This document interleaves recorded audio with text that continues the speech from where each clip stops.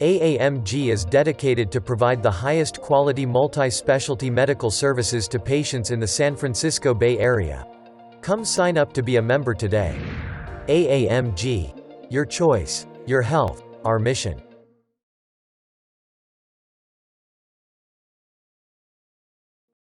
Thank you everybody for letting me come and speak with you guys today. So 好多謝各位嚟聽黃醫生嘅講座，糖尿病嘅講座。Today we're going to be talking a little bit about diabetes. 今日我哋係講個主題係講糖尿病。So this talk is more aimed for is geared toward people that actually have diabetes and to understand a little bit about the disease process, but then also people that have pre-diabetes and without diabetes as well. 想同大家講關於糖尿病個病情嘅即係嘅病因啦，同埋病情嘅點樣嘅進展嘅係。Okay. So a couple of the topics we're going to be talking about today, a few of them, essentially how the body processes sugars. So 開始講咧就係講關於身體係點樣去代謝呢個血糖嘅糖分啊，身體嘅糖分。Let's see the changes in the body that cause diabetes. 就糖尿對身體嘅影響。Some of the lab values, the A1C versus the blood glucose. 就關於驗血糖嘅有兩種，一種係叫 A1C， 一種就叫血糖，彼此嘅個關係係點樣樣？Some of the complications of diabetes. 就糖尿嘅併發症。And some of the routine screening and preventative measures. 就一個係有啲乜嘢嘅例行嘅檢查，同埋有嘢可以預防。And then some medications. 藥物嘅治療。Okay. So just about sugar in the body. So essentially, a lot of the foods that we eat, what happens is they all contain sugar. 就有好多我哋食嘅嘢咧，其實有好多糖分嘅。And what happens is sugar is contained in these little glucose molecules, and when we eat food, they're broken up by the stomach, and the sugar is brought into the bloodstream. 就好多食物因為有糖分啦，佢哋分解咗之後咧，就會分解之後咧就帶咗啲糖分去個身體嗰度。So then I'd like to introduce this idea. It's called homeostasis. I don't know if you know that word. I'll say that the idea is that your body wants to keep everything in kind of at a normal level. 就身體咧，其實有一個機制咧，佢係好想平衡翻嗰個身體所做嘅嘢嘅嚇。Yeah. So when you're in a fasting state, when you haven't been eating for a while, then again, so your body keeps the blood sugar above 80 and around less than 100. And that's something called, again, homeostasis, where your body just tries to keep something like the blood sugar in a very steady, stable range. 就身體上去平衡啦，所以咧，當你係冇食嘢嗰時咧，個血糖咧個度數咧係會係大概係80至100咁樣嘅。So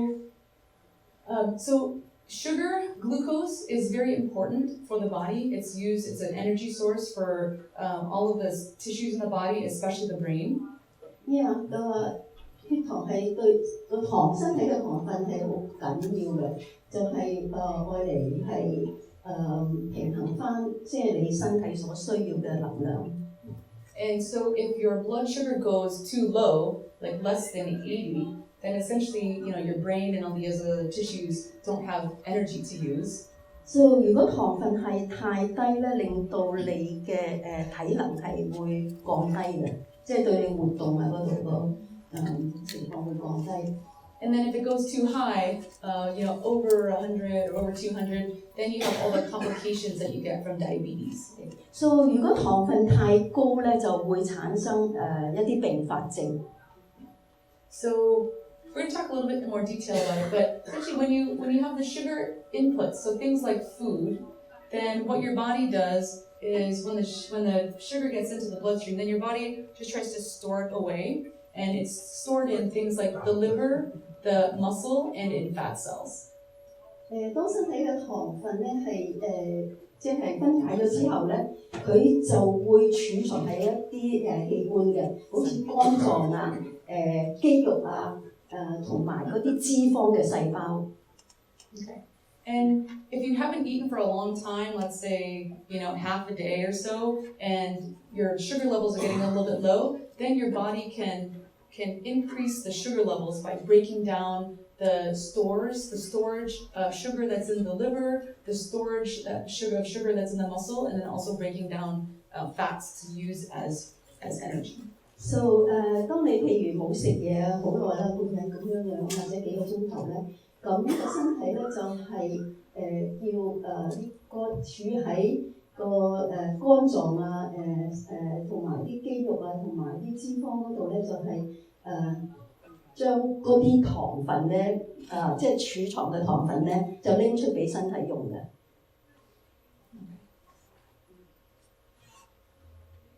So I'm just going to talk a little bit about the two key organs in the body that help a lot with metabolizing glucose, and that's going to be the pancreas that's sitting right here behind the stomach, and the liver.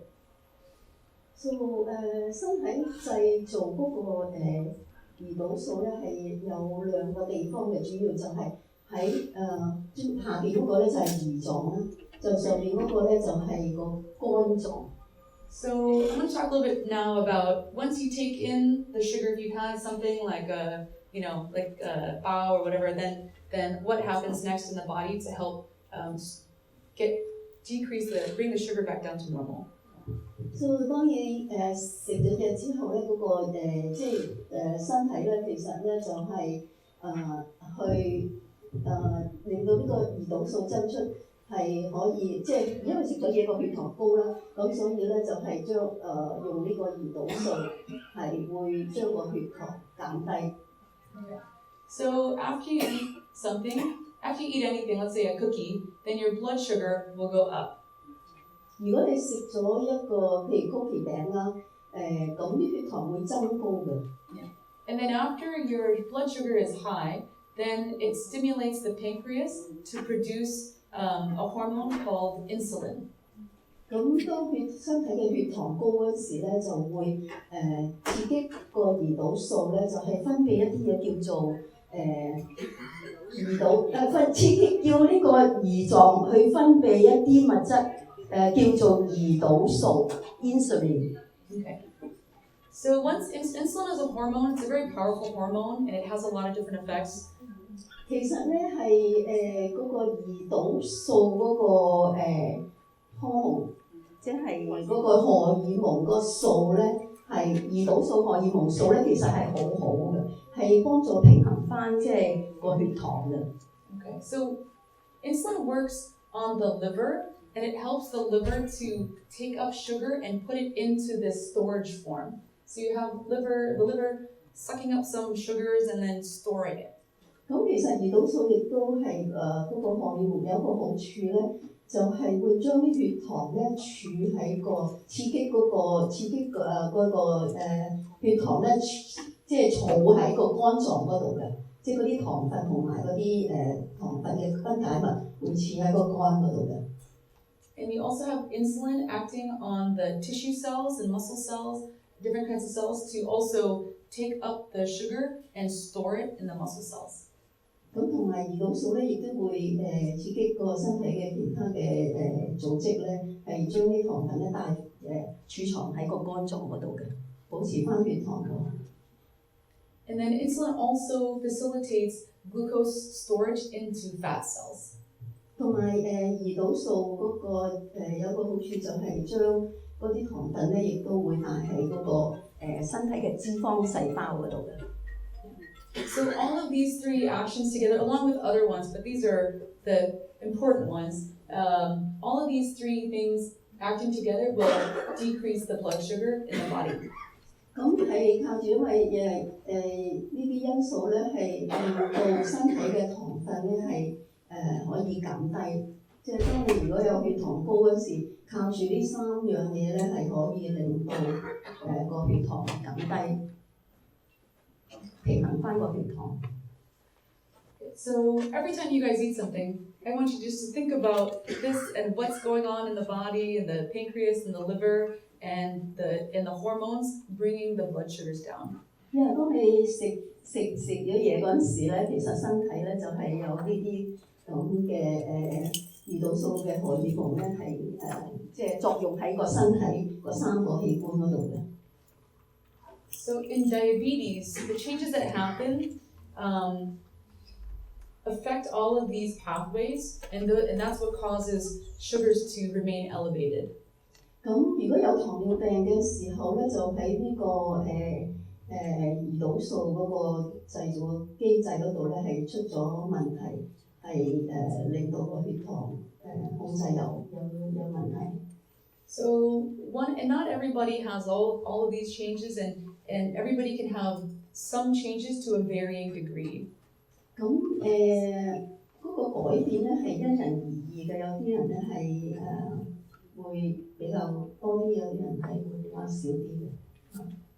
So one of the things is that your pancreas isn't able to produce enough insulin. 第一種情況咧就係個胰島素咧就即係製造個胰島素個荷爾蒙咧係缺少咗嘅，減少咗嘅。Another thing too is that the tissue cells, they don't become as responsive to the insulin. 另外一種情況咧就係嗰個身體嘅組織咧就係對於呢個胰島素咧係嗰個反應係冇咁好嘅。And then the liver too, sometimes when it's supposed to be taking up the sugar from the body, it's actually releasing it.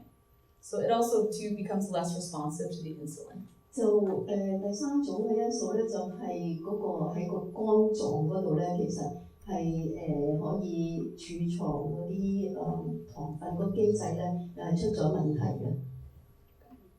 So now I'd like to show you guys some graphs about blood sugars and what a normal response is after eating something like a bagel. 係食咗一個嗰啲 bagel 啦嚇。咁就係個身體咧係對呢個 bagel 個反應就係好似呢個咁。So over here on this side, we have the sugar level, the blood glucose level. 就喺呢個面對左邊嗰個度數咧，就係嗰個血糖嗰個度數，嗰個度數。And then over here is just time over in hours. 就喺下邊個橫嗰行咧，就係嗰個時數，即係1個鐘頭嗰啲咁樣。So does anybody prick their finger to test their blood sugars? 有冇人試過係篤手指驗血糖㗎？ Yeah. So what kind of fasting numbers do you get in the morning? 你係喺朝頭早空肚嘅時候嘅讀數係幾多？係晏晝。哦。She says she check it in the afternoon. Oh, in the afternoon. So is it 2 hours after eating? 係咪2個鐘頭？即係食完嘢2個鐘頭篤㗎 ？Yes, so 2 hours. What kind of numbers do you get? 你個度數係幾多啊？130. Okay, that's not bad. Anybody? What about morning sugars? Does anybody have any morning sugars that they do? What kind of morning sugars? 159. Wow. Okay, that's a little high. Oh wow. Okay. Say again. Depending on Age? It can depend on age, but usually even if you don't have diabetes in the older age, then the fasting blood sugar should be less than 100. Yeah. So we're gonna look over here. So a normal fasting blood sugar, this is again a normal person, no diabetes, normal sugar metabolism. So the fasting, again, like I told you, it should be less than 100. It's between 80 and 100. Okay. So over here you can see that before they've eaten a bagel, their sugar is about 80. Once they eat, this is the time 0 when they ate the bagel, then the sugars in the bagel start to get broken down. So then the sugar level starts to go up. So 就係如果你食呢個 bagel 嗰陣時咧，你睇到個度數係80，但係當食個 bagel 之後咧，就你會睇到嗰個血糖係升高嚇，就嗰個情況就係跟住嗰條虛線咁樣嚇。And then if you think about the last slide, so as soon as the sugars start going up, then all of the pancreas and the insulin is being released, and the sugar is being stored into the liver and the muscle tissue. And so you can see that over here, the highest blood sugar after eating the bagel is maybe about a half an hour, and it doesn't even reach 125.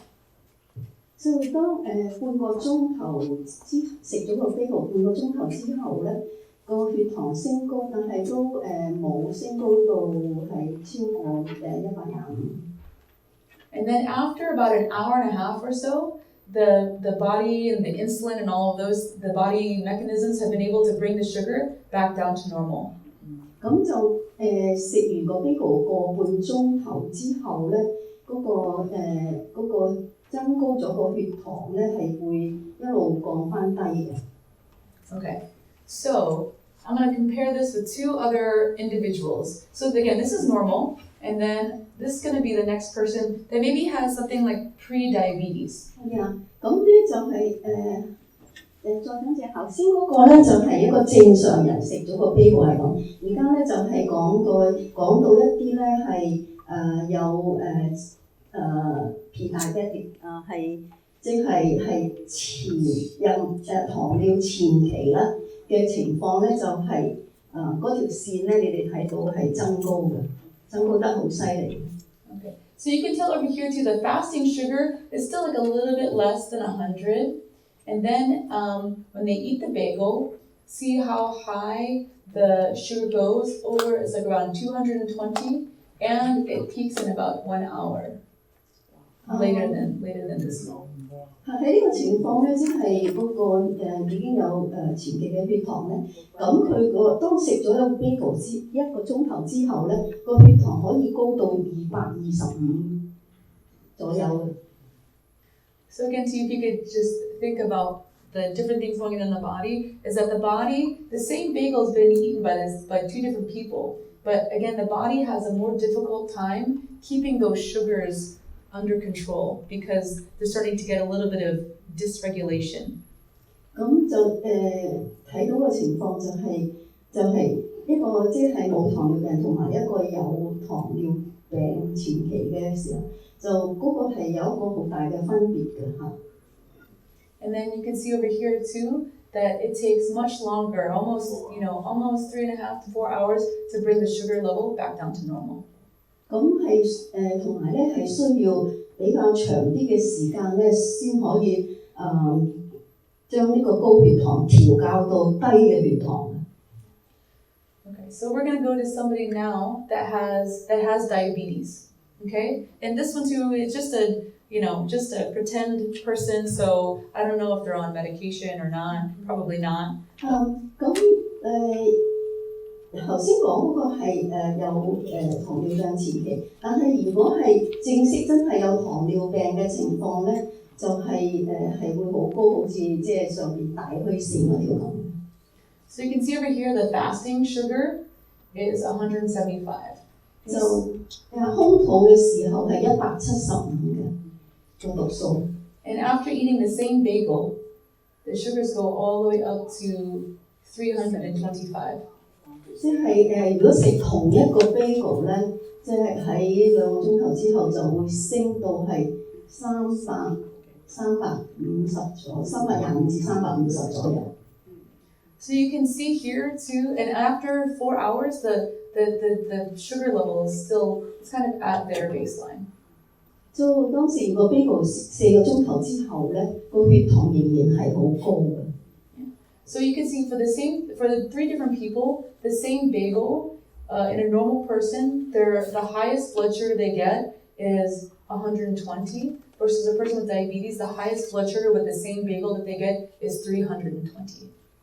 So 喺呢度個圖嗰度就可以分別得到一個正常冇血糖嘅人咧，即係食咗個 bagel 之後咧，個讀數只係120度，但係同一個有糖尿病嘅人咧，係喺2個鐘頭之後咧係高到325至350咁高嘅。So you can just think about this, eating 3 meals a day. And so you can see the same person. This is the normal person down here. This is the person maybe with pre-diabetes. And then this is the person up here with diabetes. So 喺呢個圖片係呢個圖睇到咧一個正常嘅人嗰個血糖就係嗰條粗嗰條線，咁同埋有即係糖尿病前期嘅嗰條就係另外一條係嗰條虛線，咁另外一條右嘅實線咧就係正式有糖尿病嘅人，即係已經係診斷到有糖尿病嘅人嗰個糖尿嘅指數。嗰個血糖嘅指數。So you can see just in one day, eating 3 meals a day, that the blood sugars go so much higher for somebody that has diabetes than for somebody that's normal. 呢度係講3餐嘅，即係早午晚嗰個血糖嘅度數，即係會有咁嘅情形嘅嚇。So who has heard of the A1C? Has anyone ever heard of the A1C on their labs?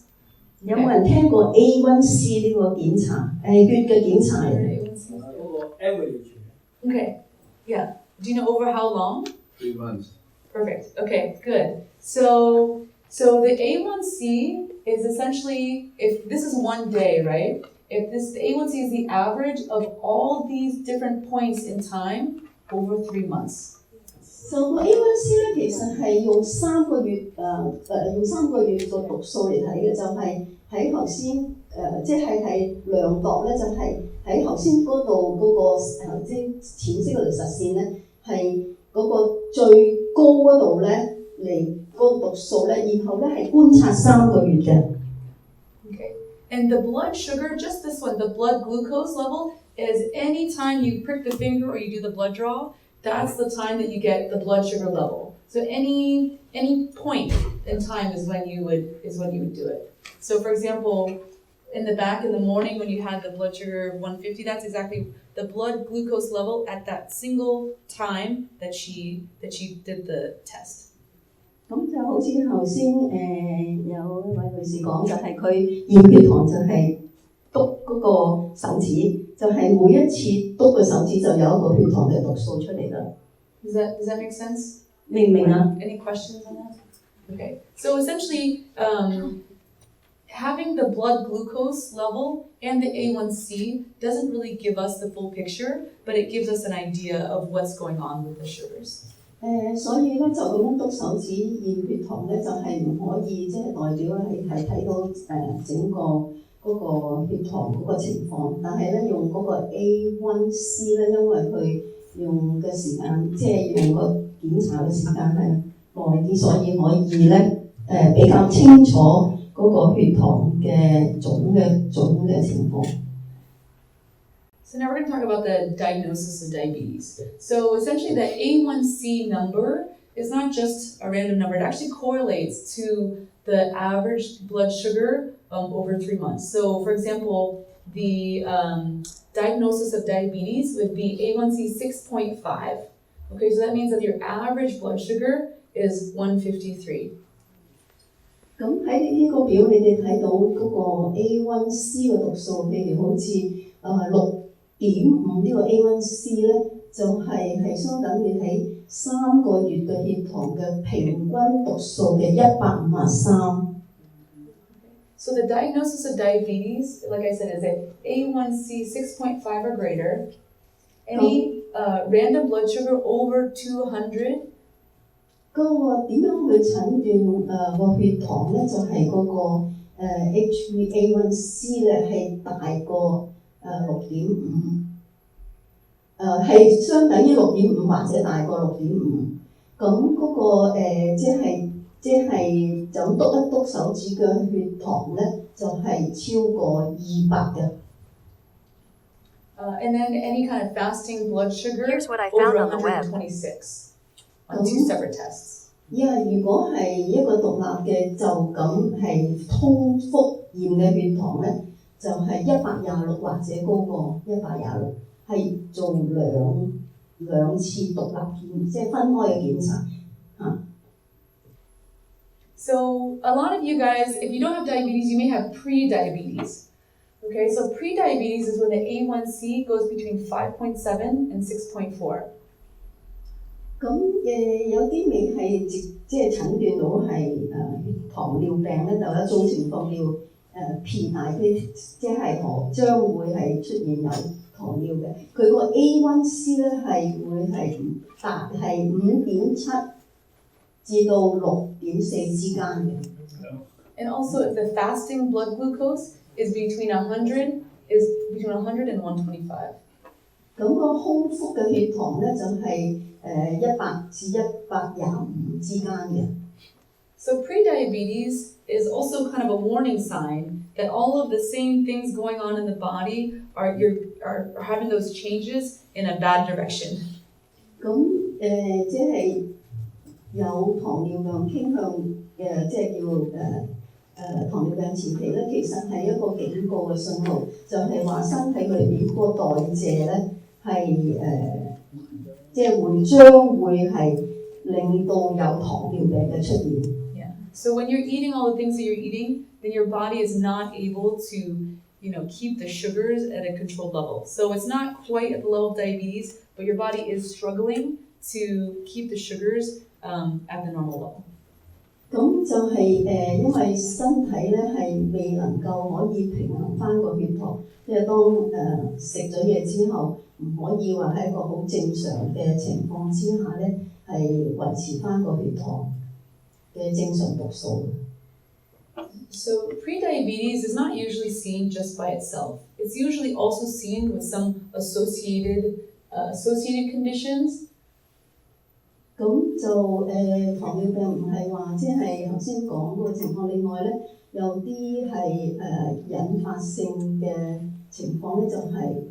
So one of them is obesity, and so in Asians we put on fat in the belly. Okay, we don't put it on in the butt or the legs. It's all in the belly, which means that it's a little bit worse for things like metabolism. 咁有啲情況咧就係肥胖，咁就係話唔係話淨係腳嗰啲肥，係喺個腹部腹部嘅肥胖，就喺亞裔嚟講咧就係即係嗰個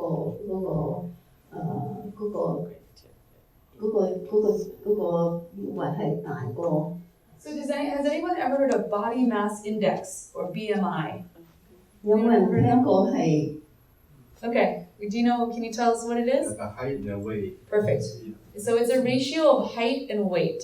嗰個 BMI 咧就係根據嗰個體高同埋體重係計到個 BMI 出嚟嘅。So for Caucasians, the normal range is between 19 and 24. So 如果係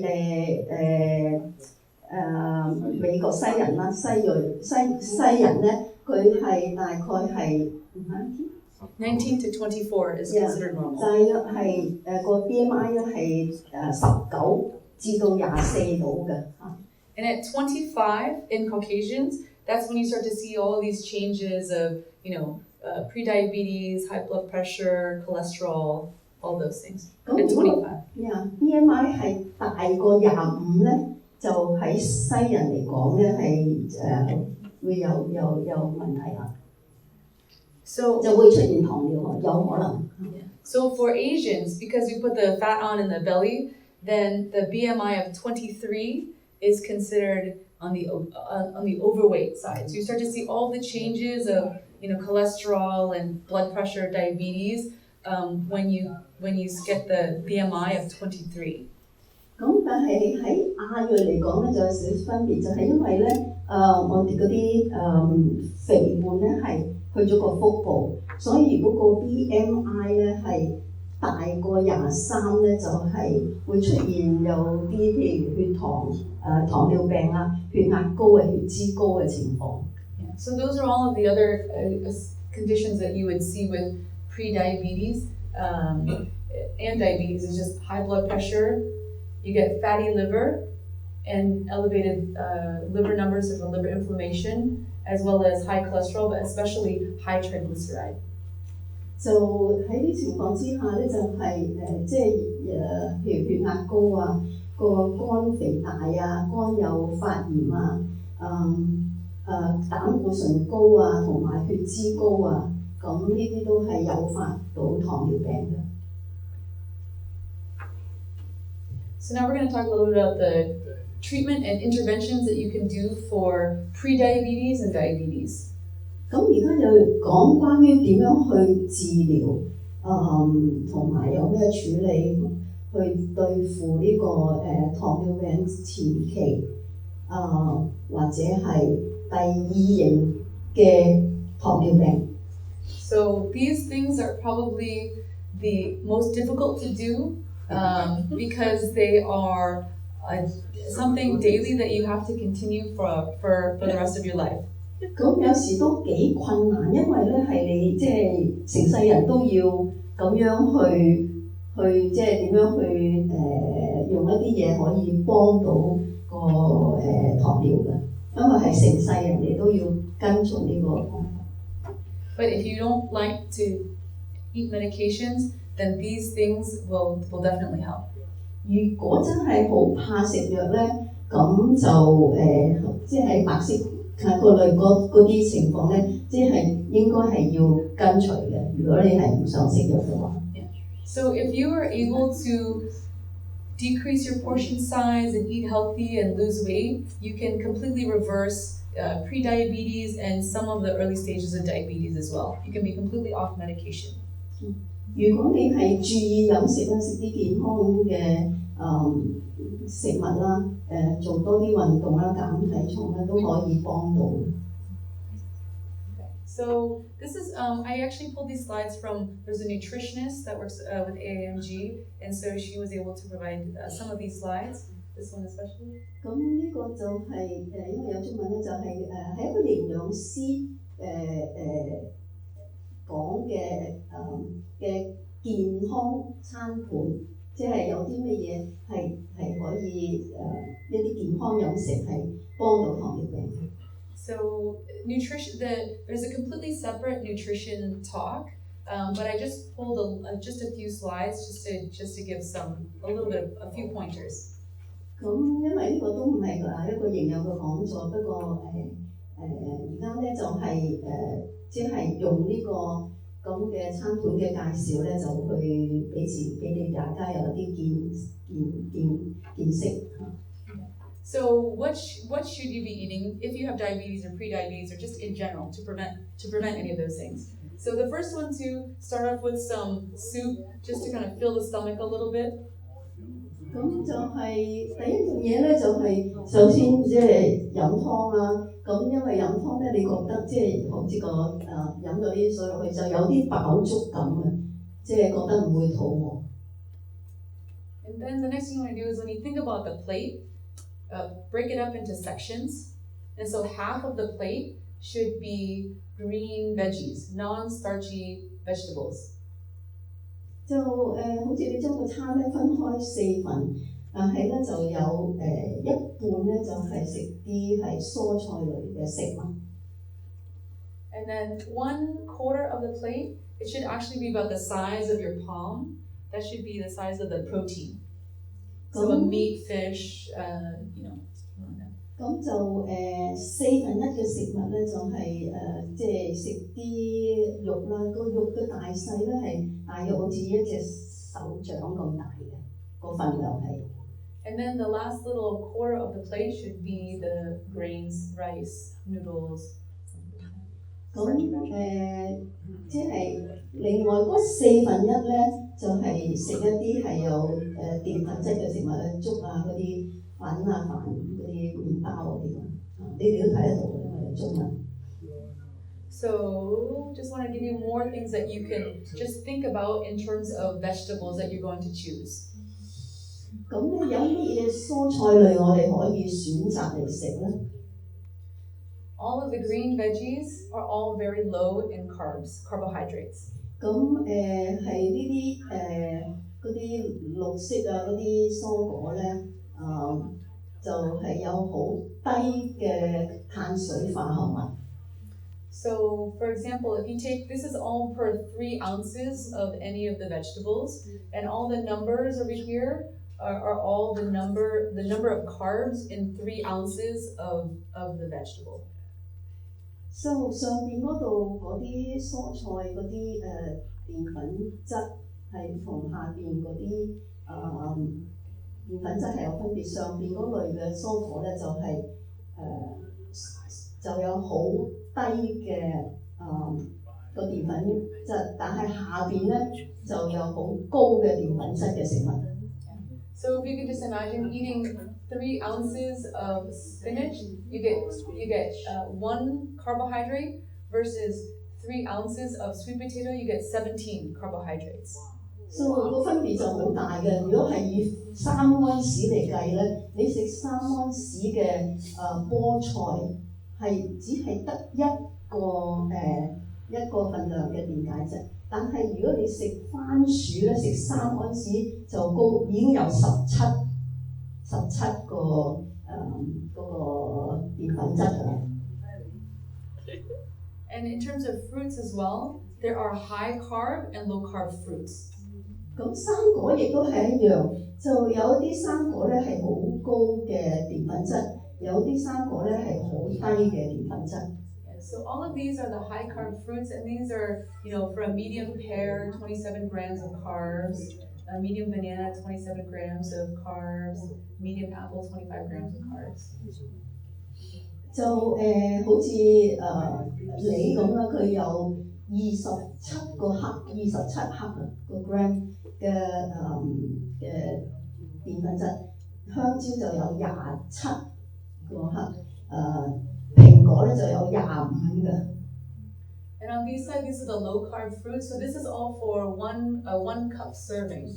So you can see like watermelon, 7 grams of carbs, cantaloupe 8 grams of carbs, strawberries 5 grams of carbs.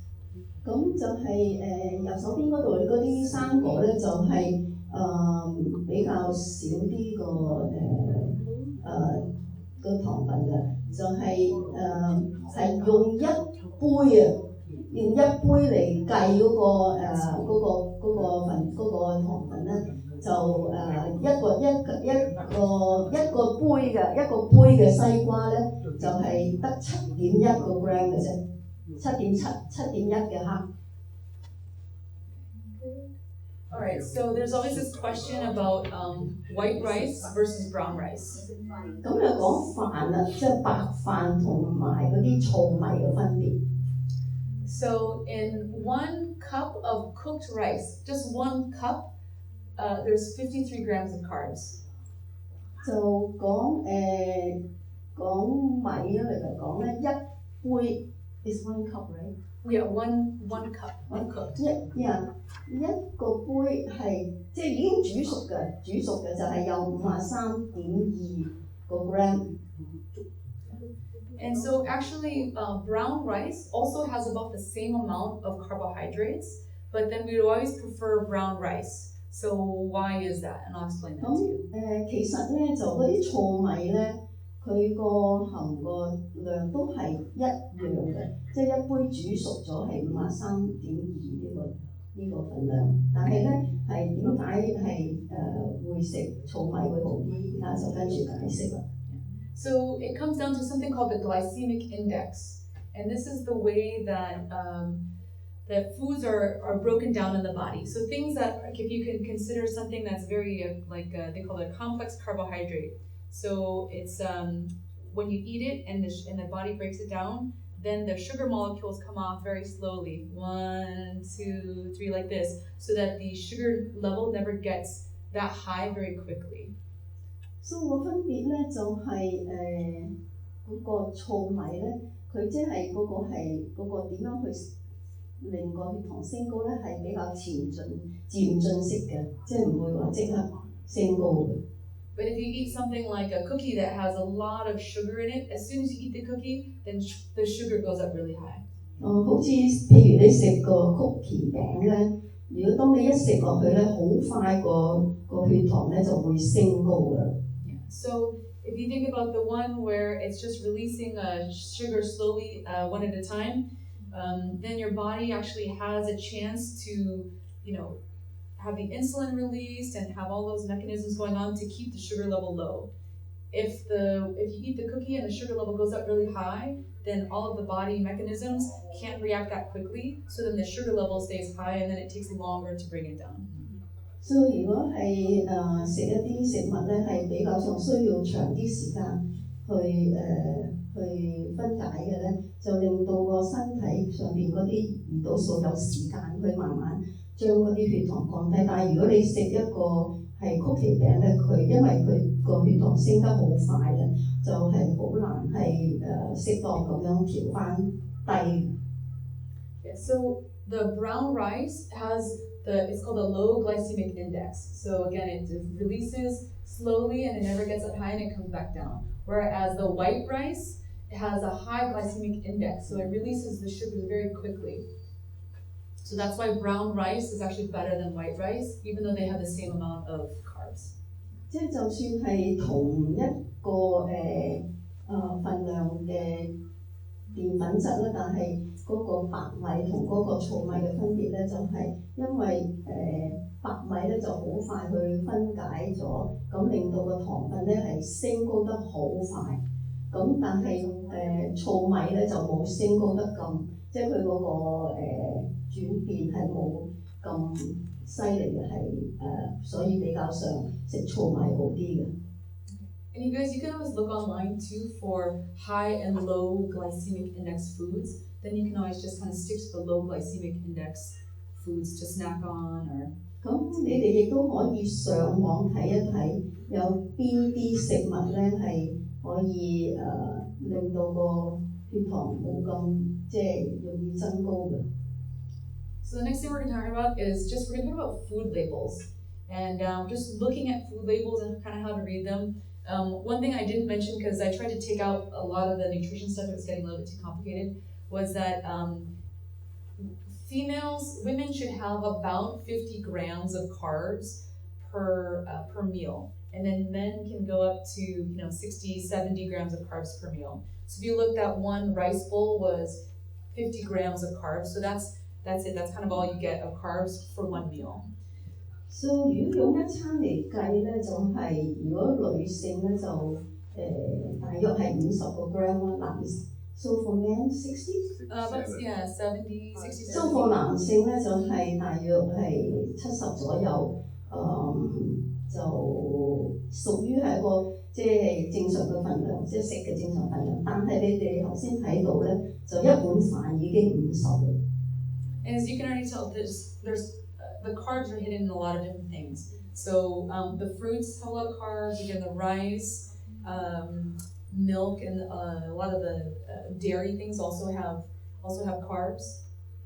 咁所以你諗即係可以想像一餐咧，其實你唔係淨係食飯，你另外其他啲食物啊，譬如飲奶啊嗰啲都可以令到血糖增高。Okay, so now we're going to look at specific numbers. So this is like the nongshim, the instant noodles, okay? Because everybody loves these, right? So one thing I want you to look at is over here is the serving size, okay? So over here, this is one serving size is one container, so that makes it easy.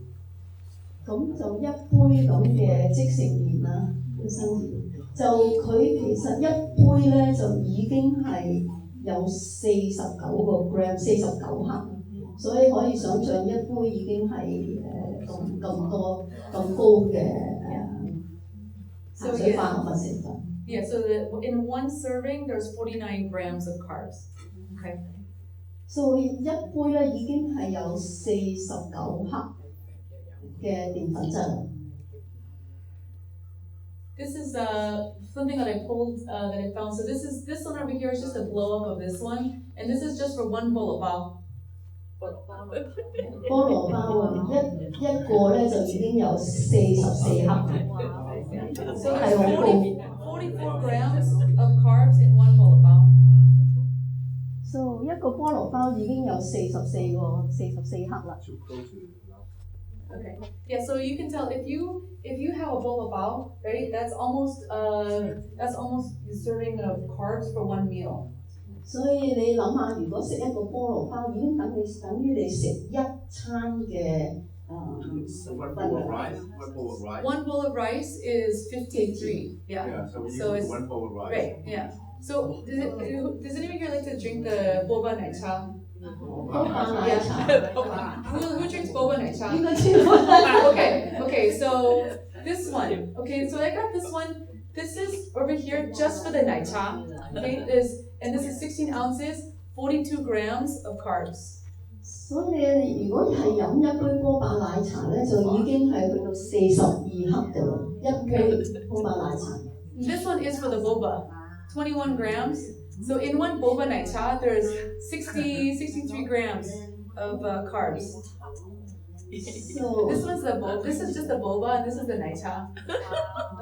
So together in one boba 奶茶is 63 grams. 即係兩杯夾埋已經有63克。Okay, so this is essentially the same as all the carbs that you get for one meal. Yeah. So you have 食咗一餐嘅碳水化合物。So if you have a bowl of bao and a boba 奶茶, there's two meals of carbs. 如果你食一個菠蘿包同埋飲一杯波霸奶茶，你已經食咗兩餐嘅嘢。Okay. So that's the diet part of it, and again, to choose the right vegetables, choose the right fruits, try to cut down on all the sugars and the snacks and those things. 咁頭先就係介紹咗你點樣可以即係注意個飲食啦，減低食到澱粉質嘅食物。So in terms of exercise, the recommendation is 150 minutes a week. 咁至於咧就運動亦都係幫到嘅。咁一個禮拜咧起碼係做150分鐘嘅運動。Okay, and that's things like walking, jogging, bicycling, swimming, all of these things. 啲圖片嗰4樣嘢都可以幫到啦，即係行啊、跑步啊、踩單車啊、游水啊咁。And so all of just doing the exercise can help to reduce the A1C, decrease the triglycerides and the blood pressure, and also decrease the insulin resistance. 咁如果做即係恆常做到呢幾類運動咧，都可以幫到減低個 A1C 啦、血脂啦、降低血壓啦，同埋個胰島素嘅對抗嘅。So usually the 150 minutes a week, I like to break it up into if Monday, Wednesday, Friday, you go out on a walk for 20 minutes, just go 20 minutes out, 20 minutes back, that's already 40 minutes. And then if you just choose one day on the weekend, 20 minutes out, 20 minutes back, then you already have your 150 minutes. 咁如果你係去行咧，咁來回係40分鐘，咁就如果你係喺週末 ，so only on weekend, yes. Oh yeah, so if you do Monday, Wednesday, Friday, Monday, Wednesday, Friday, and one weekend day. OK， 咁係星期一、星期三、星期五咁樣隔日啦，另外一個週末。咁如果你咁樣每一次行40分鐘咧，已經係達到個目的係一個禮拜做150分鐘嘅目的㗎。And usually what I say to folks who are retired, that you have to put it on your schedule. You can't just say, oh, I'll do it after this, I'll do it after that. No, you have to actually put it on your schedule so that you do it. Or you make it a routine, like go after dinner, 20 minutes out, 20 minutes back. 咁你唔係話你其實要自己咧，即係要好有規律咁去做，即係跟住即係隔日啦，同埋 weekend 都要做，唔可以話你今日做啊，聽日又做咁樣，即係唔可以要恒久嘅嚇，要自己記錄低添啊最好。So along with the diet changes and the exercise, then hopefully you will lose about 5 to 7% of your body weight. That's the goal. 咁如果你係即係跟住呢咁樣去做運動啦，同埋咧就注意即係個飲食嗰度嘅改變咧，就可以減低個體重咧係5%至7%嘅。And again, too, because it's the easiest and most difficult thing to do, it has to be something sustainable. You have to be able to enjoy it and do it for forever. 咁你去做呢啲嘅恆常嘅運動咧？除咗係即係對嗰個身體好之外，你仲係覺得係即係好開心嘅。你去行啊，咁你都覺得好開心嘅，好 enjoyable 嘅。And then just try not to be the couch potato. 千祈唔好似個公仔咁坐住喺個梳化嗰度又唔喐。Okay, so now we're going to talk about some of the complications of diabetes. 咁而家就講關於有糖尿病嗰個併發症啊。Okay, so all of the complications of diabetes, and again, this goes back to your body trying to keep that sugar at a normal level, is that when the sugar levels stay elevated, then all of the complications come from damage to the blood vessels. 咁糖尿病嗰個併發症咧，有一樣就係會影響身體嘅血管。Yeah. So in the heart, the blood vessels they get clogged. 咁喺個心血管嗰度咧，就係令到嗰個血管心嘅血管係阻塞。And in the heart and in the brain, when the arteries get clogged, then you get heart attack and stroke. 如果係喺個心嘅血管同埋喺腦嘅血管有阻塞咧，就係會引起心臟病同埋中風。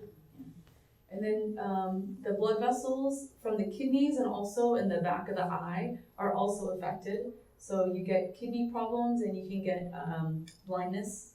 咁另外個併發症咧，就因為影響到個腎嘅血管啦，會影響腎嘅功能啦。另外影響眼嘅血管咧，亦都係眼會出現問題。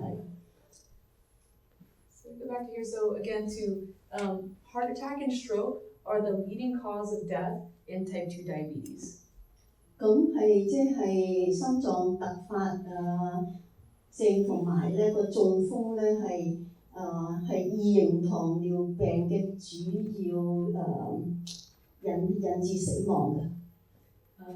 You get blindness from it's called diabetic retinopathy. 咁就係影響個視力甚至會盲咧，就係糖尿病嗰個視網膜嗰度有病變。And then also the blood vessels affecting the nerves get affected. So you get things like tingling and numbness in the hands and the feet. 咁就影響到四肢嘅血管咧，就係會個周圍血管嗰度咧，就係會有嗰個周圍神經咧就會有病變啦，會手腳麻痹咯。As I mentioned, kidney damage, and then also because the blood vessels are affected further down, then you get things like risk of infection, you get foot ulcers, risk of amputation.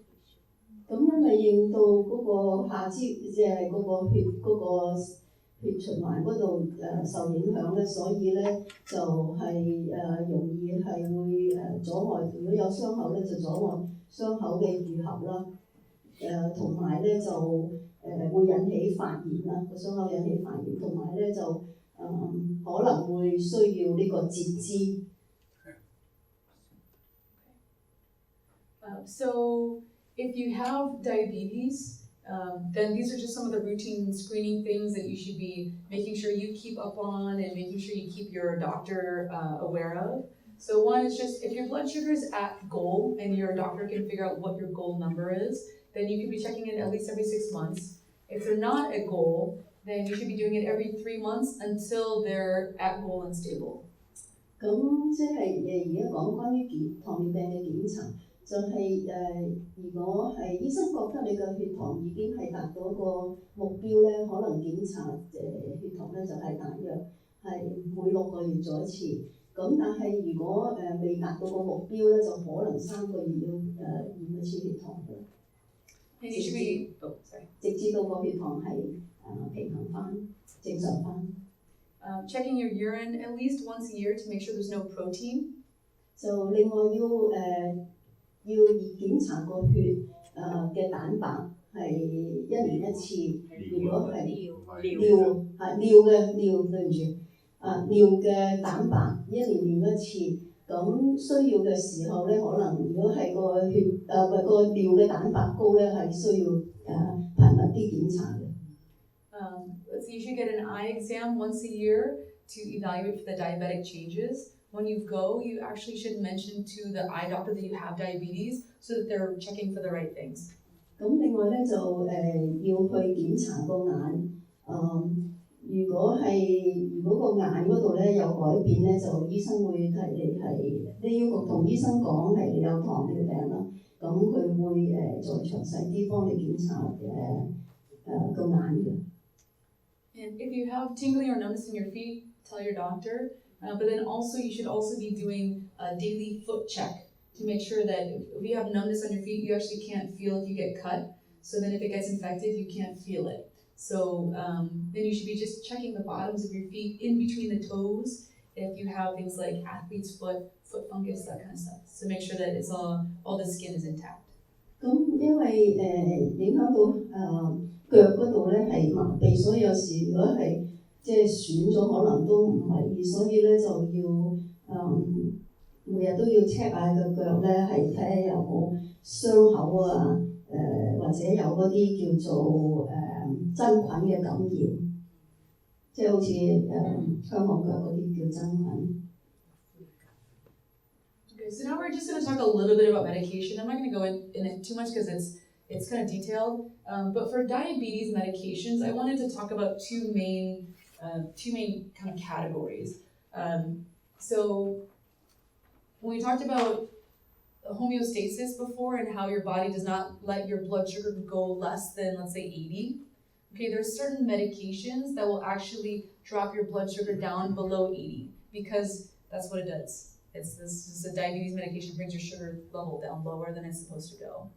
咁而家就講關於藥物啦，咁有啲糖尿嘅藥物可以令到你個血糖降低嘅。So those two medications, one of them is called insulin.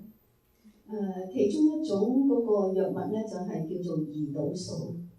And the other ones are called sulfonylureas. If you have heard of glimepiride, glyburide, those kinds of medications. Has anyone ever heard of those before? Is anyone on those medications? 有冇人食緊糖尿藥㗎？口服嗰啲。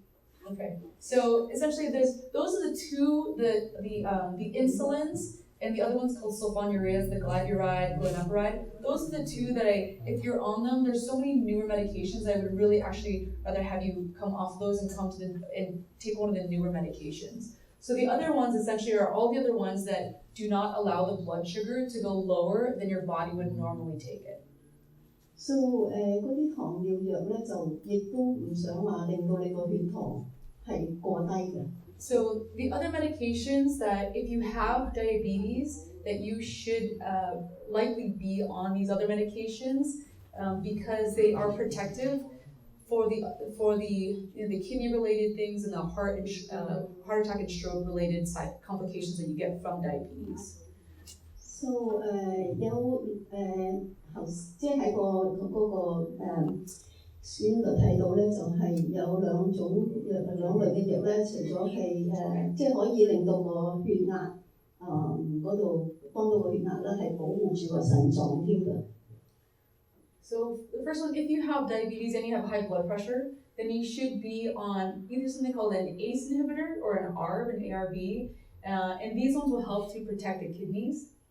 咁如果有血壓糖尿又有血壓嘅問題咧，係因為下邊嗰兩類藥咧就係ACE1、ARB 咧就係可以保護到嗰個腎臟嘅。And if you have diabetes, you should also be on a cholesterol medication because of such a high risk of heart attack and stroke that we recommend you start a cholesterol medication at the same time you start diabetes medication. 咁而家有糖尿咧，又有膽固醇高咧，就因為唔想個心臟唔想個有心臟嘅問題，同埋有中風嘅問題咧，所以另外又要食呢個膽固醇藥。So I just have one slide on diabetes medications because these. So let's see, metformin is an old medication, which is a great first line medication. But the other ones over here are actually some are quite old, but these are all the ones that are very rare in causing your blood sugar to go too low. 咁就係第一隻，即係講糖尿嘅藥，第一隻叫賣方面咧，就係即係已經係好傳統，即係好舊嘅藥。咁另外第二、第三、第四咧就係一啲即係都唔係話好舊嘅藥，但係咧就主要咧就唔會令到個血糖突然間係好低嘅。So the one thing I wanted to mention, if anybody has diabetes and they're on one of the medications that will drop your blood sugars low, the problem with these ones is that sometimes they can be expensive. So in terms of how we start with the medications, we like to start with the oral medications first, and then if your blood sugar is still not controlled, then we will do injectables. But if you have medication that your doctor recommends that's too expensive, then because open enrollment is kind of coming up, then I would recommend that you look at the medication coverage plan to choose a plan that actually covers one of the newer medications because they are much safer. 有啲糖尿嘅藥咧係好貴嘅，咁而家係嗰個叫做即係保險嗰度 open enrollment， 你哋就要去 check 一 check 嗰個即係嗰個藥嗰個情況，咁so is related to the insurance, right? Yeah, the medication plan that you can choose. You might want to choose one that covers one of the newer medications if that's something that your doctor had recommended. 就你要清楚即係睇一睇嗰個驗疏咧，即係可唔可以係包呢種新嘅藥嚇？咁就同醫生講一講，即係自己要去 check 咗個驗疏嗰度，然後再同醫生講。I think that's all I've got. Any questions? 有冇問題？我想問咧，糖尿病係咪應該會影響血糖？The question is, diabetic will cause hypertension? No. Diabetes. So usually, hypertension. Diabetes doesn't cause hypertension, but usually it's one of the associated conditions. So a lot of people that have diabetes will also have hypertension and also have things like fatty liver and elevated triglycerides. So 有糖尿病唔係一定會有血壓高，但係咧係一個誘因嚟嘅，就係即係有即係唔係話兩樣病一齊會傳病，但係有糖尿病咧可以引起血壓高，咁就係因為會影響嗰個糖尿病會影響即係嗰個腎臟啊，咁所以會出現血壓高嘅情況。Other questions? 糖尿病係咪遺傳？To ask about is that genetic? Let's see. There are some forms I think that can be a little bit that can be genetic, but most people do not have a genetic form of diabetes. And type 2 diabetes is usually from being overweight and being too sedentary and eating too much of carbs and whatnot. 即係糖尿病未必係有遺傳，但係咧就出現嗰個type 2第2型嘅糖尿病咧，就係因為咧即係過肥嘅，即係肥胖啦，so obesity and obesity and more like a sedentary lifestyle. So maybe the alcohol. Not really alcohol, no. Usually though, if you're able to lose weight, decrease what you're eating, exercise, all of those things, then you can actually get rid of the diabetes. 即係你係頭先講嗰個做運動啦，注意飲食做運動啦，減體重咧係會幫到嚇。唔知答唔答到問題？差唔多瞓覺。瞓覺。Oh, is it? Lack of sleep can relate to, cause of that. Yeah, so sleep actually, if you don't have good sleep, essentially you have all these like hormonal cycles that are very kind of restorative for the body. So one thing is like the steroid, like the stress hormone level, so if you're not getting good sleep, then your sugar metabolism isn't going to be as good. So you definitely need good sleep. 因為如果你瞓得唔好，可能對身體個荷爾蒙咧有影響嘅，咁或者都會即係會影響會有糖尿病，但係即係總之即係可能有影響。Thank you. Okay, thank you. For more information on other health topics, please visit the AAMG Health Education website. If you like this video, please give a like, and subscribe to our channel for more related content.